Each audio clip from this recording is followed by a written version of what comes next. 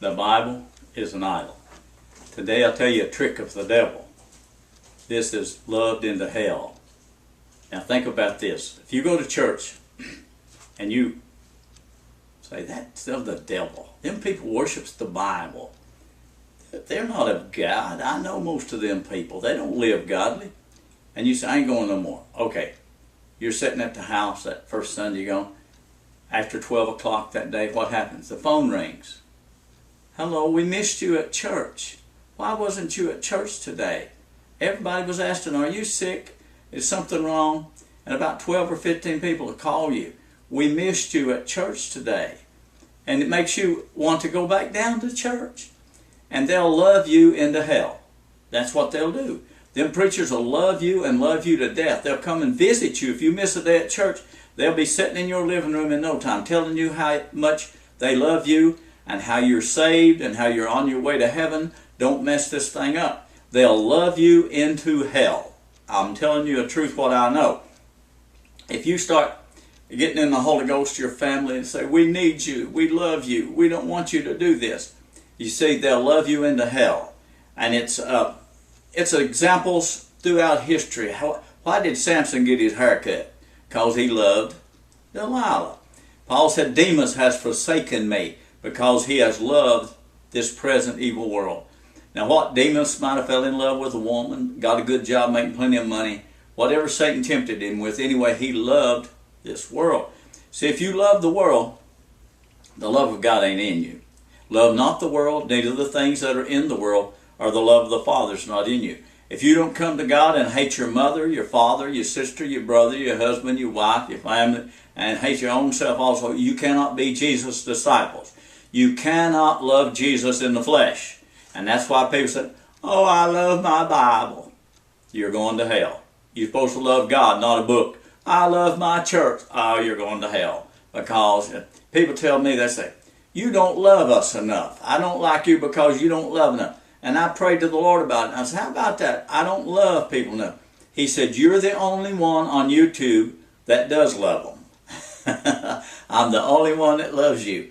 I'm the only one that tells you the Bible's the mark of the beast. No, you don't love me. You tell me I'm going to hell if I live after the flesh. Well, you are.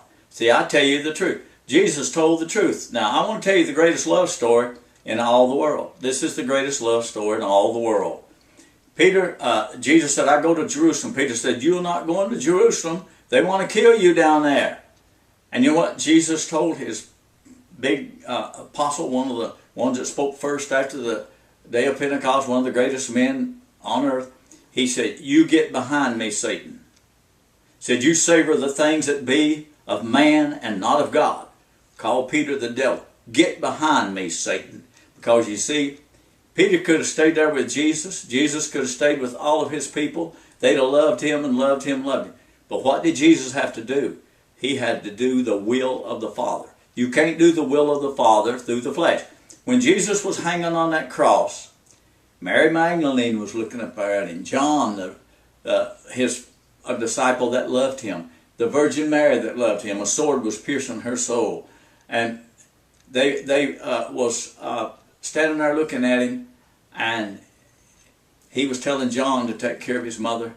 And there was your greatest love story. He gave up all them people. He gave up this life and done the will of God and died on the cross. And we're supposed to sacrifice our bodies, a living sacrifice, holy and acceptable unto God. As he hung there, he done God's will. He left them people.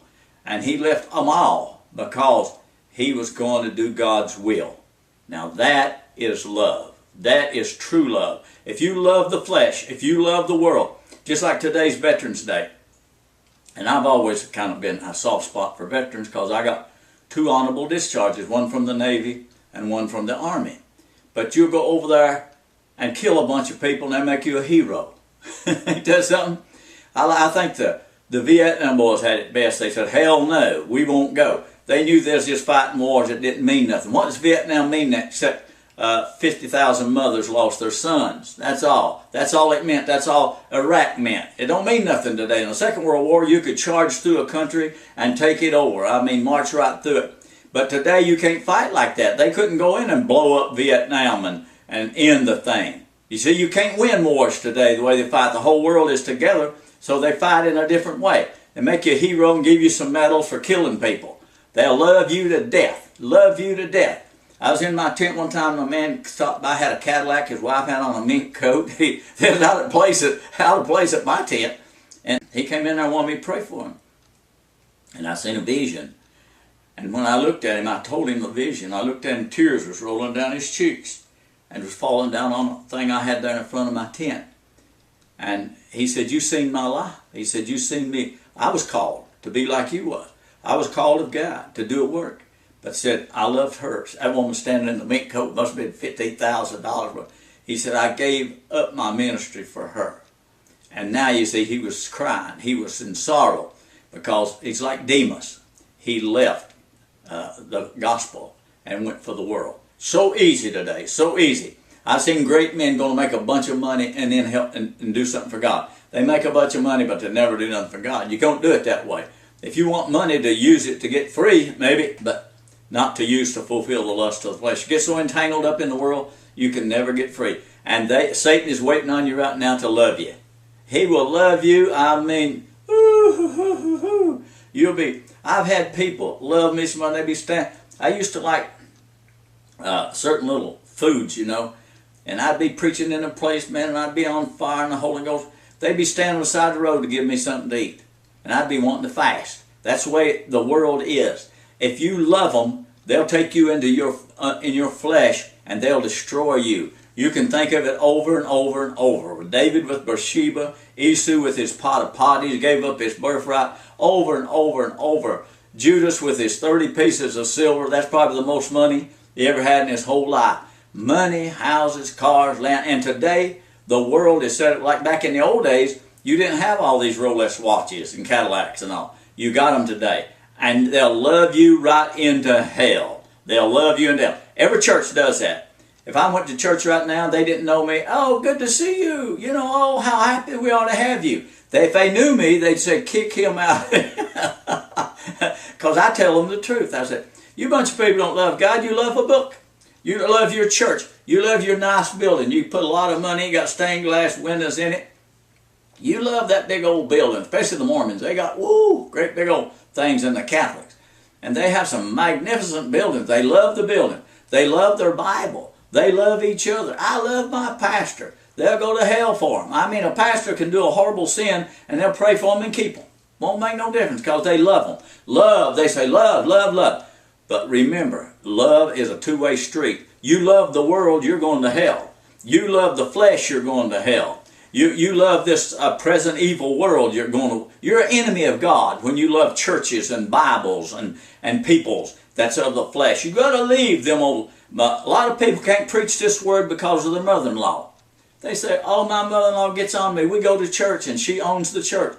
Well, they can't preach the gospel because of their mother-in-law. They love their mother-in-law more than they love God.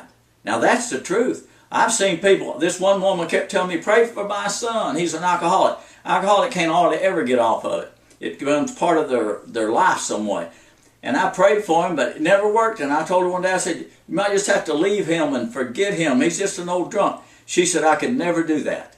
I could never give him up. She was testifying right there in that churchyard in front of a building that we had meetings in.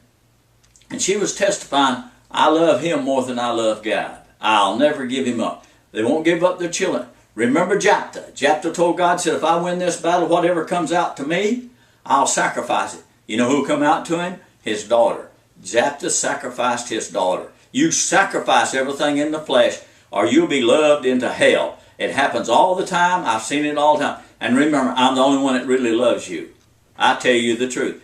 Sacrifice your life. Give it to Jesus Christ. And do not let Satan take you to hell with love. The devil loves you.